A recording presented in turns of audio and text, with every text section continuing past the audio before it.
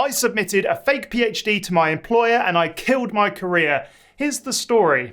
This story starts me about 2015, a very disgruntled scientist. Now, I had just got my PhD in 2012. I'd worked for a long time in numerous postdoc positions, and I started to realize that science wasn't for me. Research wasn't for me, not at least, in a university setting. I was feeling incredibly lost. I found a kind of passion for science communication, and therefore I decided that I would sort of follow that path. And so alongside my kind of career as a researcher, I was creating what I thought at the time was a reasonably good, unique style of science communication, which was irreverent. Yes, it was irreverent. It was hopefully funny, and it was something that no one else was doing at the time. And I don't know if that was good or bad, but it was what I was doing. And I was hosting it on my own blog,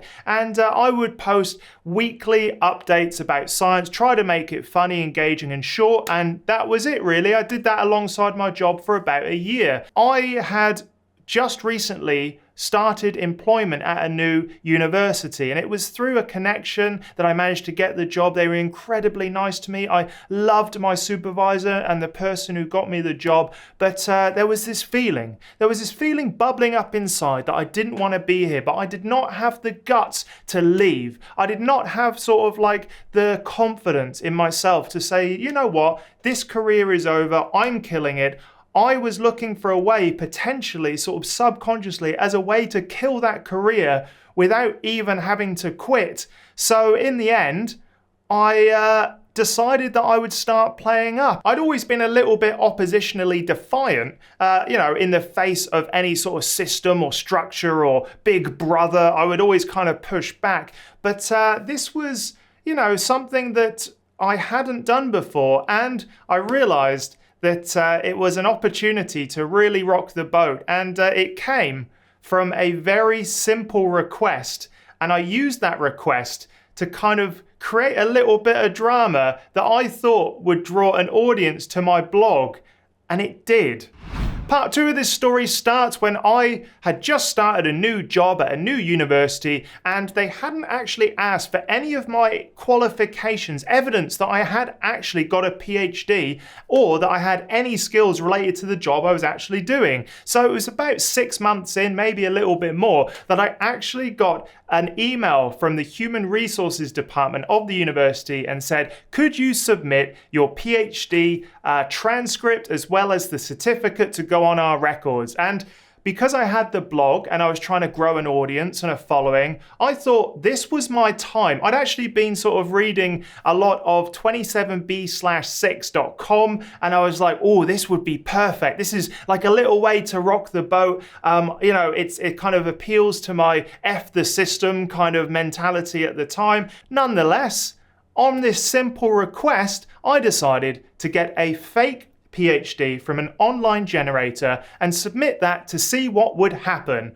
And it went too well. So I've found the actual generator. It's from boxfreeconcepts.com. It doesn't actually work on my computer at the moment, but this is what I went through. So I went here, you just type in PhD, free, fake, whatever, and you end up here, create your diploma. Perfect. I went in, entered my name.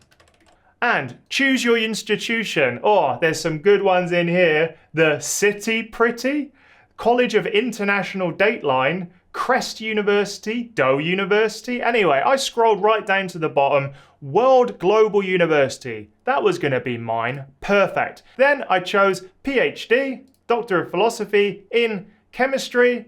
I put my date, September 2012. But what I ended up with was a PDF from the World Global University with my name signed by IP Freely and Listen to Me Jr.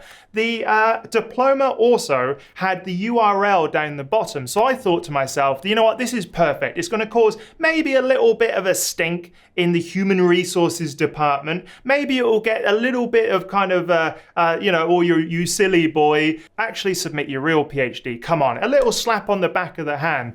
I submitted it, nothing happened. I just kind of went about my job. And then I was talking to my friend about this, and they looked up my academic profile at the university, and they saw that I had actually got a PhD according to the university from the World Global University. It had gone too well. They've bloody accepted my fake PhD as a real PhD. They've put it on record. Oh, perfect blog material. Let's tippy-tappy it up.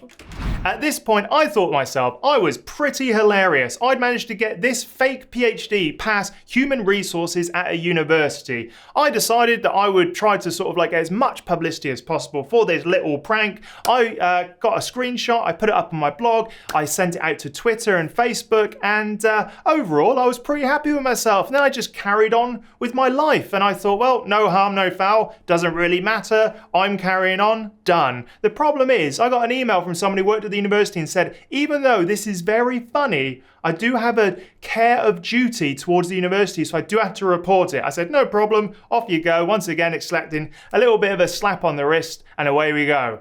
Then I got a bloody letter, didn't I? Here is the letter I received after the university found out about my tiny, tiny blog that was receiving probably about 100 hits a day. Starts off, Dear Andrew. You know what? The university normally call you by your official title. It should have been Dr. Stapleton. This is like a child they're telling off. I will call you Dr. Stapleton when you act like Dr. Stapleton. And actually, I'd not actually given them any evidence that I was a doctor, so here, Dear Andrew. I have recently been informed that you were contacted by Human Resources to provide verification of your academic qualifications, and that it appeared you determined to supply fraudulent documentation suggesting that you had obtained a PhD from a fictitious university being World Global University. Unfortunately, they decided that instead of me just trying to sort of grow a little science communication profile, that there was much more serious intentions. The purpose of which can only be perceived as designed to ridicule, humiliate, or cause embarrassment to staff of the university for whom you work and from which you receive payment. I.e., don't bite the hand that feeds you. And I get it, a little bit of a warning, right? I had no plans on ridiculing the university. I just thought it was like a cheeky little prank. But no, much more serious in the eyes of the university, and I understand why they sent me this letter.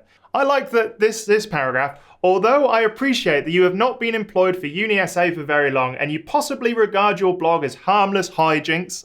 Yeah, that's exactly how I viewed it. Designed for a laugh. I like the way they said like laugh, as in like this really isn't funny. Like they put it in quotation marks. That makes me laugh. Rather than to damage or harm the university, your actions are inappropriate.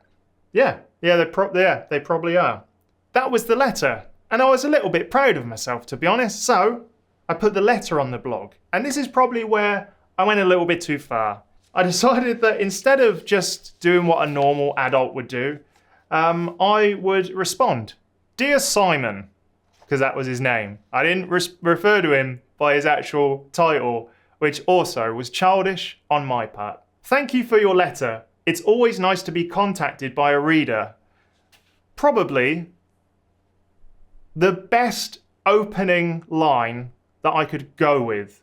The fake PhD documents were only meant to cause a smile in HR, and I had intended to send the correct documents, and was as surprised as you would have been that my details had been updated to include World Global University, despite the outrageousness of the evidence sent. It was quite obviously a fake PhD. The URL down the bottom, World Global University, the people that it was signed by, IP Freely and Listen to Me Junior. I think a little bit of a scratch at the surface would have shown that it would have been fake. I would have stopped it there quite happily and sent off my forms. Maybe it got to the blog and we would have been done and dusted. I said, my apologies for having bothered you with my hijinks, and I can assure you that I will read over the code of ethical conduct to refresh myself with the standards expected of me as an employee of the university. Kind regards, Andrew. I didn't actually take down the blog post at that point, and I thought that my response was cheeky. After that email, my direct supervisor got in contact with me and just said, Following our conversation yesterday and today regarding a certain content posted on your Andy Matter blog and Twitter account and the letter, I write to direct you to remove the following content. So this was a direct kind of like, you need to take it down by this day. I note that your response to date that this was a joke. However, to date, your responses appear to suggest you do not see the relevance or impact of this types of commentary or content in a public forum. The posts identified to date are disparaging towards the university, and it is not the type of conduct that is condoned. Please remove the content by that date, and a failure to comply with this request may constitute misconduct and me referring the matter to the Director of Human Resources to consider whether a misconduct investigation is warranted. And you know what? It would have been warranted, and I would have happily gone down that route, but the problem is I really liked my direct sort of supervisors, and therefore I decided that I would just take it down, end of. I would get rid of all of the evidence that existed online of this fake PhD and the university accepting it, and then that was the end of it. Well, it was kind of the end of it. So where did this self-sabotage end up? Was I fired in a flurry of email exchanges? No. Unfortunately, what happened was I ended up securing an internship position at Cosmos magazine in Melbourne. I asked for time off. My supervisor said no, even though it was a small amount of time, a reasonable request. And I think this was their way of just giving me a gentle push out of the door. Essentially, do the internship, which they know I really wanted to do, but you have to resign your position here because we won't give you the time off. And that's what I did. So really, I ended up sort of quitting anyway, but I needed them to be the people that were the catalyst to say, you need to quit. It's just like the most long-winded way of quitting a job, with adrenaline surges in the middle, embarrassment, and a self-righteousness feeling that was completely misguided. So there we have it. That's how I used a fake PhD and killed my career. It's just a really long-winded way to quit, really. I don't know why I did it. I kind of enjoyed the fact that it was a little bit crazy in the middle, and I enjoyed the process of this playing out, to be honest. And, you know, it's part embarrassment of what happened and what I did. And, you know, this wasn't the right way to go about leaving a career in academia. But then part of me is also kind of, you know, the little bits that were like F you to the system. There's a little bubbling of kind of, I wouldn't say it's pride, it's not that much, but of happiness that kind of happened. But it's a mixture of emotions that I feel towards what I did. Let me know in the comments what you think. And also go check out academiainsider.com. That's where I've got my ebooks, the Ultimate Academic Writing Toolkit, as well as the PhD Survival Guide. And I'll see you in the next video. Don't go submitting any fake PhDs now.